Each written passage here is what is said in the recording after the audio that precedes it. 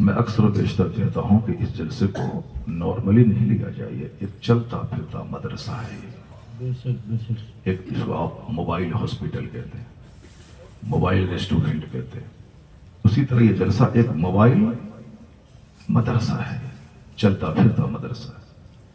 مدرسے میں جو بچے 360 دن میں پڑھتے ہیں، 5 سال میں پڑھتے ہیں، 5 سال کی ساری باتوں کو 1 گھنٹے میں یہاں سکھا دیا جاتا ہے۔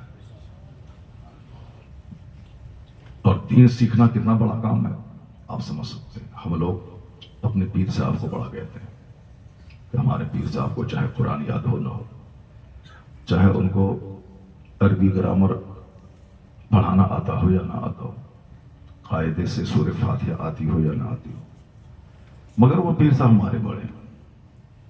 یہ ہمارے گاؤں کے زمیندار ہیں، یہ بڑے ہیں۔ یہ صاحب ہماری مسجد کے امام صاحب ہیں، یہ بڑے ہیں، چاہے ان کو مسائل آتا ہو یا نہ آتا ہو۔ تو ہم لوگ جس کو چاہیں بڑا بنا دیتے ہیں، لیکن حضور سب سے بڑے ہیں۔ وہ جس کو بڑا کہہ دیں وہی بڑا ہے۔ آقا علیہ السلام کتنے بڑے ہیں کہ ہمارا بچہ بچہ جانتا ہے اعلیٰ حضرت کی زبانی، سب سے اعلیٰ و اولیٰ ہمارا نبی، سب سے اعلیٰ و اولیٰ ہمارا نبی، سارے اونچوں میں اونچا سمجھیے جسے، ہے اس اونچے سے اونچا ہمارا نبی، سارے اچھوں میں اچھا سمجھیے جسے، ہے اس اچھے سے اچھا ہمارا نبی۔ جلسہ جنتی محفل ہے، جنتی محفل میں موبائل مت چلائی۔ یہاں یہی ایک محفل تو بچی ہے جو پاکیزہ محفل ہے، جہاں نہ غیبت ہوتی ہے، نہ شکایت ہوتی ہے، نہ گانا گایا جاتا ہے، نہ جھوٹ بولا جاتا ہے، نہ بدنگاہی کی جاتی ہے۔ جب تک 2-4 گھنٹے یہاں بیٹھے ہیں تب تک آنکھ بھی نیکی کر رہی ہے، علماء کرام کی زیارت ہو رہی ہے، کان اللہ کا ذکر سن رہے ہیں، زبان اللہ کی تسبیح پڑھ رہی ہے، اور چاروں طرف سے فرشتے اس محفل کو گھیرے ہوئے، آسمان سے رحمتوں کی بارش ہو رہی ہے۔ جھوٹوں، لچوں لفنگوں، ڈکیتوں کی صحبت میں تو دن رات رہتے ہیں، فرشتوں اور علماء کی جھرمٹ میں اسی جلسے میں رہنے کو موقع ملتا ہے۔ تو اب عالموں کے پاس بیٹھ کر، فرشتوں کی جھرمٹ میں بیٹھ کر کھیل اور تماشے سے کام لیں۔ موبائل میں سیلفی لیا ڈیلیٹ کر دیا، سیلفی لیا ڈیلیٹ کر دیا، یہ ایک لوگوں نے ہابی، ایک شوق بنا لیا ہے، جبکہ یہ گناہ بے لذت ہے، کوئی لذت ہی نہیں اس میں۔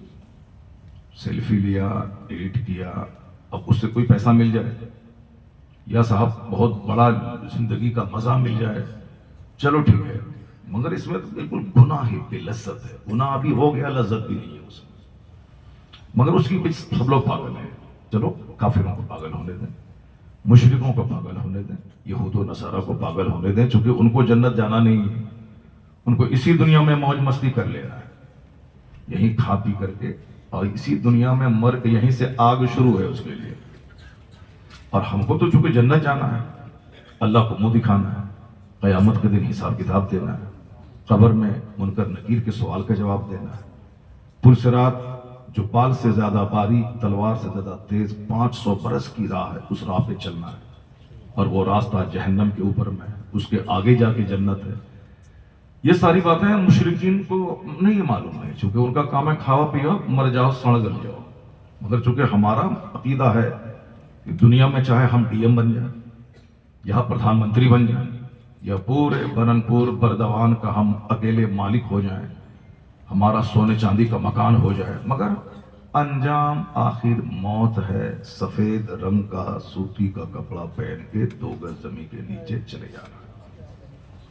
ہمارا عقیدہ یہی ہے، دنیا کا 100 سال 1 منٹ ہے اللہ کے نزدیک، اب مرنے کے بعد جہاں جانا ہے وہاں کا 1 دن 50,000 سال کے برابر ہے۔ تو ہمارا عقیدہ یہ ہے، تو ہماری سوچ، ہمارا کام، ہماری ایکٹیویٹیز، ہماری یوجنائیں، ہماری پلاننگز ان مشرکوں سے تو الگ تھلگ ہونا چاہیے، جن کو کھا پی کے مر جانا ہے، سڑ جانا ہے۔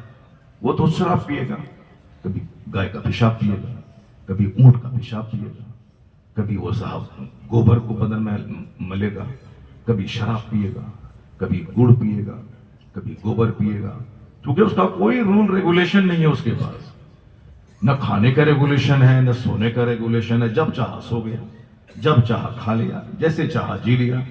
یہ تو ہم مسلمانوں کو سمجھنا ہے، ہمیں سمجھنا ہے کہ ہمیں کیسے کھانا ہے، کیا کھانا ہے، کیسے سونا ہے، کب سونا ہے، کیا کھانا ہے، کیا نہیں کھانا ہے، کیا لیگل ہے، کیا اللیگل ہے، کیا بینیفیشل ہے، کیا ہارمفل ہے، کیا مفید ہے، کیا مضر ہے، کیا کریں کیا نہیں کریں۔ یہ تو ہمیں سوچنا ہے، چونکہ اللہ نے اپنے محبوب کو ہمارے لیے ماڈل بنا کے بھیجا ہے۔ واہ سبحان اللہ۔ تمہیں بے لگام نہیں جینا ہے، میرے محبوب کو دیکھنا ہے، ان کی غلامی کرنی ہے۔ ایک لائن دی ہوئی ہے، اس لائن پہ چلنا ہے۔ کھانے کا طریقہ، کپڑا پہننے کا طریقہ، باتھ روم جانے کا طریقہ، وہاں سے پاؤں نکالنے کا طریقہ، سونے کا طریقہ، جاگنے کے بعد پڑھنے کی دعا، یہ ساری چیزیں اسلام نے کھول کھول کر کلیئرلی بتا دی۔ From the cradle to the grave, ماں کی گود سے لے کے قبر کی گود تک۔ تو اب مسلمان اگر اصول سے ہٹ کے جیے تو بہت افسوس کی بات ہے، چونکہ جن کے پاس ریگولیشن نہیں ہے وہ تو چاہے رات کے 2 بجے سو جائے، دن کے 10 بجے اٹھ جائے، اس کا کیا مطلب ہے؟ وہ چاہے پیشاب پی لے کے دودھ پی لے، اس کا کیا مطلب ہے؟ یہ تو ہم کو سوچنا ہے کہ کیا حرام ہے، کیا حلال ہے، کیا جائز ہے، کیا ناجائز ہے۔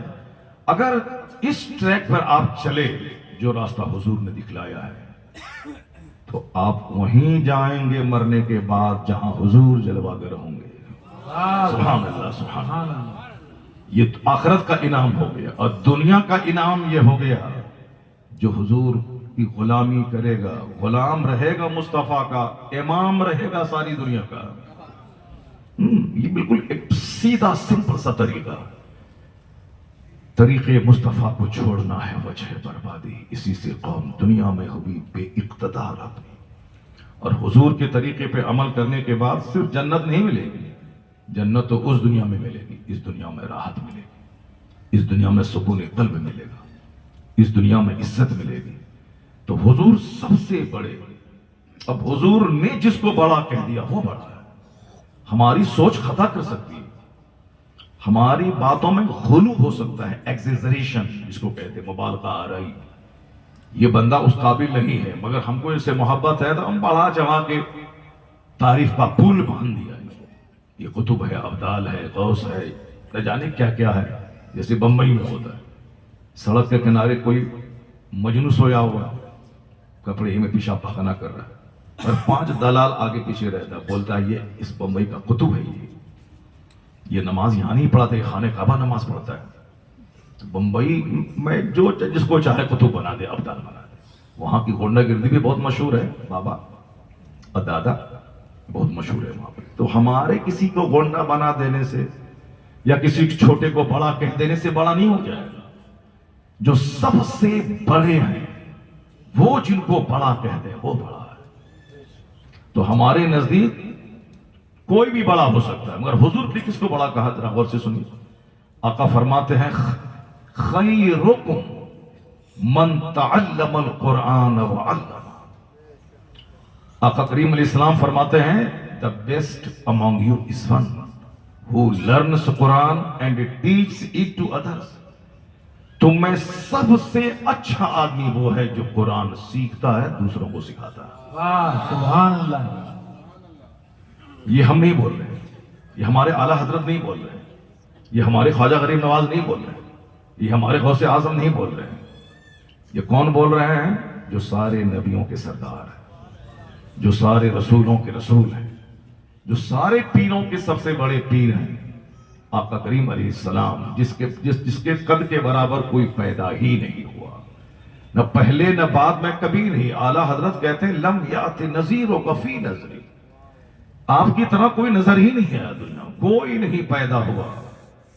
اب جب اتنے بڑے رسول جن کا حسن لاجواب، جن کی بات لاجواب، جن کا خاندان لاجواب، جن کے ماں باپ لاجواب، جن کے پیدائش کا شہر لاجواب، جن کی آرام گاہ لاجواب، سب میچلیس انکمپیریبل، یہ رام گیری کیا جانے مصطفیٰ کون ہے؟ یہ صاحب نرسنگھانند کیا جانے مصطفیٰ کون ہے؟ واہ یہ گھنٹی بجا کے 2 ٹکا کما کے پیٹ پالنے والا، یہ کیا جانے مصطفیٰ کون ہے؟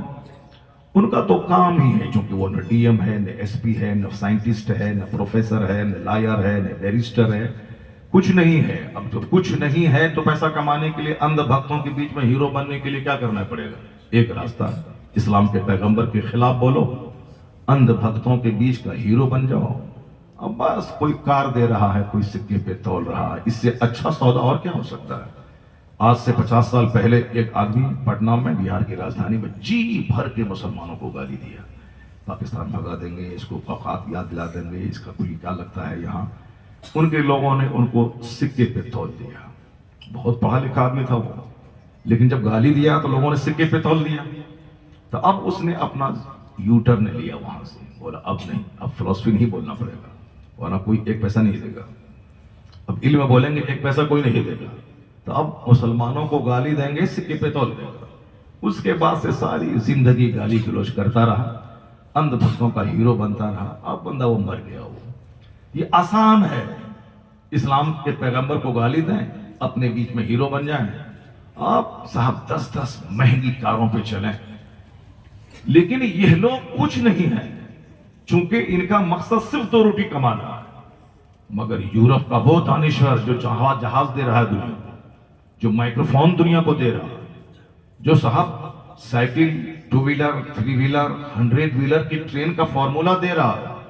ہمارا ملک ہندوستان ہے، ہندوستان کے ذرے ذرے سے مجھ کو محبت ہے، لیکن اگر ہندوستان کے لوگ شرابی، پاپی، سڑے ہوئے، زناکار، جوا سٹے باز رہے ہیں تو ایسا نہیں کہ اس سٹے بازوں سے مجھ کو پیار ہے۔